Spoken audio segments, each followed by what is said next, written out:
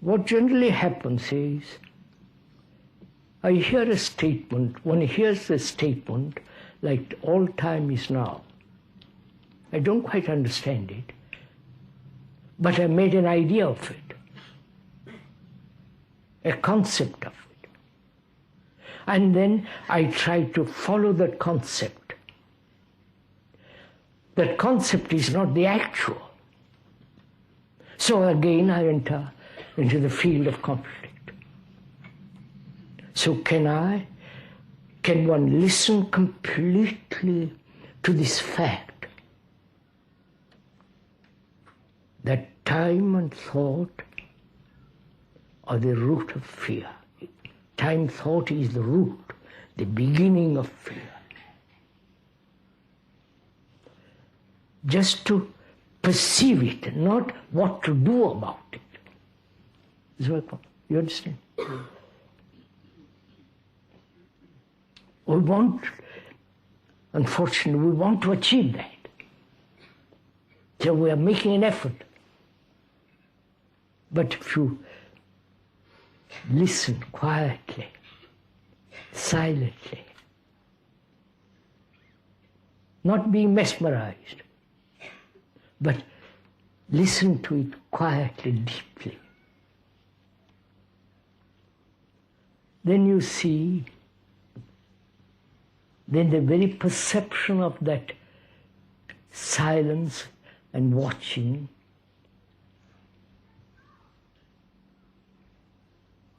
without any effort, fear has no place at all. This is not a romantic illusion. This is a fact. When you hold something without movement, you see the beauty of or the ugliness of the jewel completely. But we never look at the jewel. We say how beautiful and pass it on. But when we hold it in our hand, the most extraordinary jewel in the world, and look at it carefully, how extraordinarily complex, how delicate, subtle. Its capacity so great. You learn to begin, one begins to learn what it is.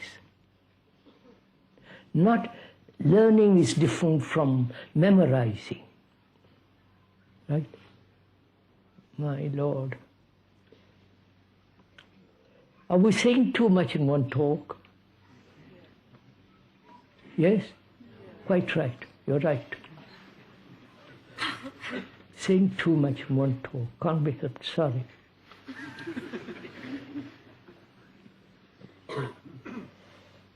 Have you ever held fear?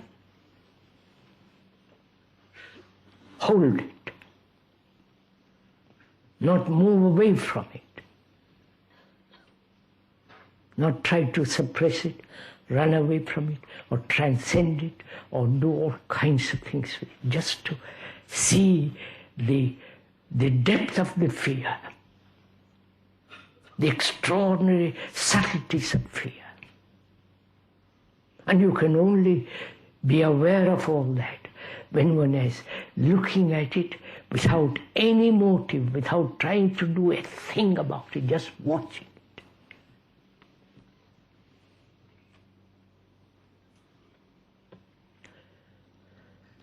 One can do the same thing with pain. Of course, not extreme pain. When you watch pain carefully, not trying to rush to the dentist immediately, when you watch it, stay with it. Not morbidly, but see all that is happening, how you react to it, and so on, so on. If you do that, the pain lessens naturally.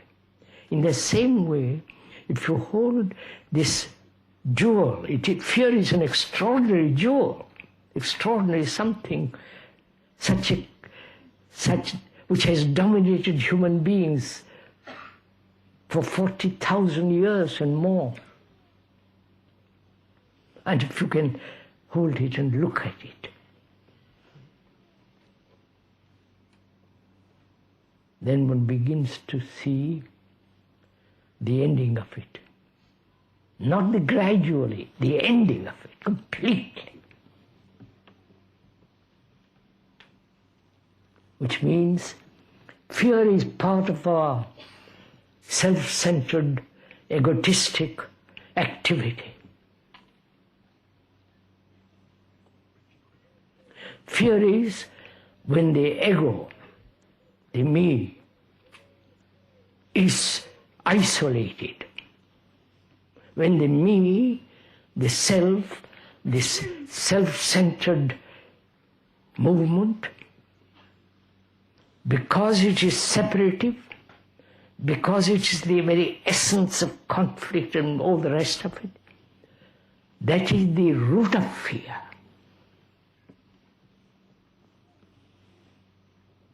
But when you hear this, how can one live, you will say, in the world without being self-centered? Right? This is a natural, healthy question. But first be free, and then you'll find out. Not the other way around. You understand what I mean? It's like saying, what is on this other side of the mountain? You have to climb the mountain to find out. But the description of what is on the other side of the mountain is still a description. But if you walked up the mountain, then you will find out.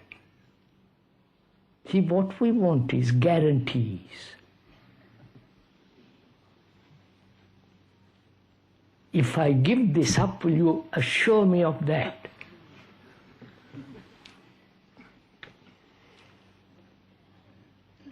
And there is no assurance. Actually, there is no giving up. Right? So, we're asking now if thought and time, or thought time, is the fact of fear, and we see it is, and the brain has been conditioned, shaped, molded, has accepted fear as the way of life, and the brain is reluctant to let go.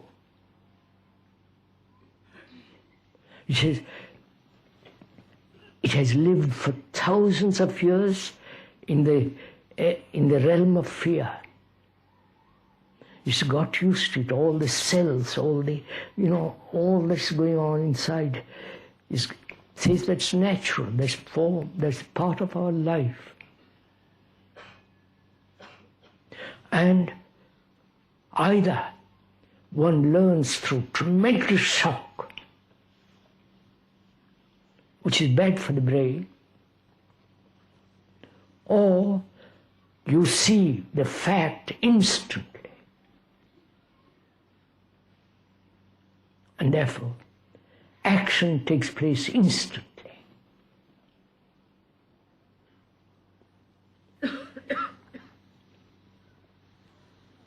And we're talking about security.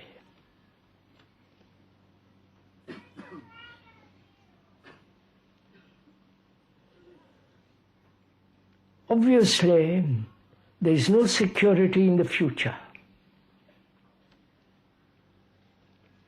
Right? I wonder if we see that.